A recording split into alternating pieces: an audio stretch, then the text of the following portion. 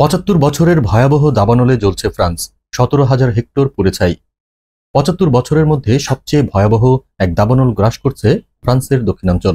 হাজারো মানুষ ঘরছাড়া, আর প্রকৃতির আগুন যেন হয়ে উঠেছে মৃত্যুর ফাঁদ। কিন্তু প্রশ্ন হলো, এই আগুন থামবে তো?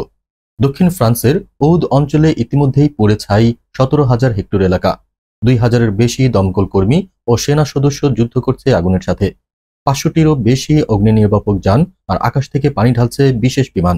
এই আগুন শুরু হয়েছিল রিবোদ গ্রামের কাছে মাত্র কয়েকদিন আগে, কিন্তু তাতেই এক নারীর মৃত্যু, আহত অন্তত ১৩ জন, যাদের মধ্যে ২ জনের অবস্থা সংকটজনক।